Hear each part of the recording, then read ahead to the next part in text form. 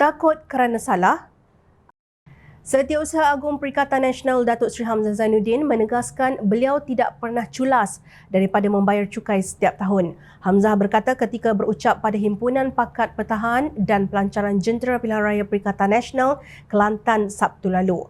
Baru-baru ini saya diserang Lembaga Hasil Dalam Negara LHDN yang datang ke rumah saya. Saya nak jelaskan, dulu saya seorang ahli perniagaan dan hanya menjadi ahli parlimen bermula 2008. Isu saya tidak bayar cukai tidak timbul sama sekali kerana setiap tahun saya bayar cukai. Saya guna konsultan dan berhabis ribuan ringgit untuk buat cukai. Mereka sengaja mengeluarkan cerita mengatakan saya tidak membayar cukai, katanya di petik Berita Harian. Hamzah mendakwa menjadi mangsa fitnah sehingga diserang Suruhanjaya Pencegahan Rasuah Malaysia SPRM yang datang ke pejabatnya atas sangkaan menyimpan wang hasil judi. Hasil pemeriksaan wang berkenaan tidak ditemui. Saya nak maklum dengan nama Allah, saya tidak pernah mengambil duit judi dengan sesiapa pun. Ini kan pula untuk beri kepada rakan-rakan. Akhirnya bila tiada kes rasuah, ada pihak burukkan saya hingga terpaksa mencari masalah baru iaitu berkaitan LHDN baru-baru ini. Saya akan selesaikan masalah saya dengan SPRM dan LHDN. Saya minta pegawai kumpul semua berita yang memfitnah saya sebelum tindakan saman diambil terhadap mereka yang memfitnah saya. Saya tidak takut kerana saya berada di landasan yang benar, tegasnya. Sebelum itu, kediaman Hamzah yang juga Ketua Pembangkang dilaporkan diserbu Pegawai Lembaga Hasil Dalam Negeri LHDN.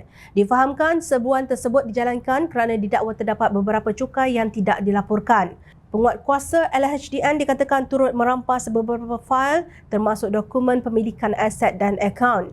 Sementara itu, menurut laporan Berita Harian, sumber LHDN yang dihubungi berkata pihaknya kini tidak boleh mendedahkan apa juga maklumat terhadap kes yang membabitkan cukai. Kami tidak boleh mendedahkan apa juga maklumat ketika ini, katanya ringkas kepada portal laporan tersebut. Bulan lalu, SPRM dilaporkan telah memanggil Hamzah untuk memberi keterangan berhubung satu kes pendakwaan rasuah terhadap seorang ahli perniagaan bernama Datuk Seri Sim Chu Tiam di Mahkamah Session Kuala Lumpur. Chu Tiam mengaku tidak bersalah atas pertuduhan meminta dan menerima 15 juta ringgit daripada rakan ahli perniagaan untuk mendapatkan projek daripada Kementerian Dalam Negeri, lapor Free Malaysia Today. Ahli perniagaan tersebut didakwa dengan 4 pertuduhan mengikut Seksyen 16-A-B Akta Suruhanjaya Pencegahan Rasuah Malaysia SPRM 2009. Bagi pertuduhan pertama, Chu Tiam dikatakan menuntut 15 juta ringgit daripada Hat Kim Hong pada Jun 2021 di Jalan Ditama 1. Manakala 3 pertuduhan lain membabitkan penerimaan wang tunai 15 juta ringgit tersebut daripada Kim Hong antara 19 Julai dan 31 Julai 2021. Pihak pendakwaan berkata jumlah itu bertujuan sebagai dorongan kepada Menteri Dalam Negeri ketika itu, Hamzah Zainuddin, untuk membantu syarikat Kim Hong Asia Coding Sdn Bhd dalam mendapatkan projek daripada kementeriannya. Jika sabit kesalahan, Chu Tiam berdepan hukuman penjara sehingga 20 tahun dan denda tidak kurang 5 kali ganda jumlah yang didakwa bagi setiap kesalahan.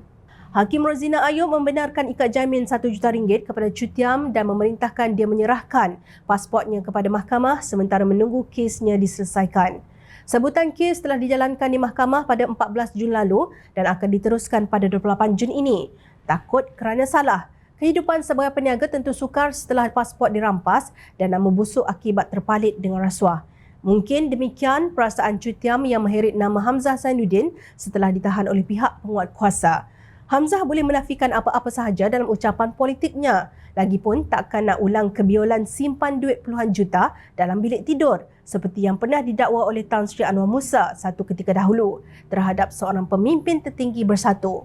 Dan dalam pada itu, jika Hamzah Zainuddin menganggap dirinya difitnah, maka perkara benar yang beliau harus lakukan ialah mengambil tindakan undang-undang terhadap pemfitnah untuk membersihkan namanya. Ada berani.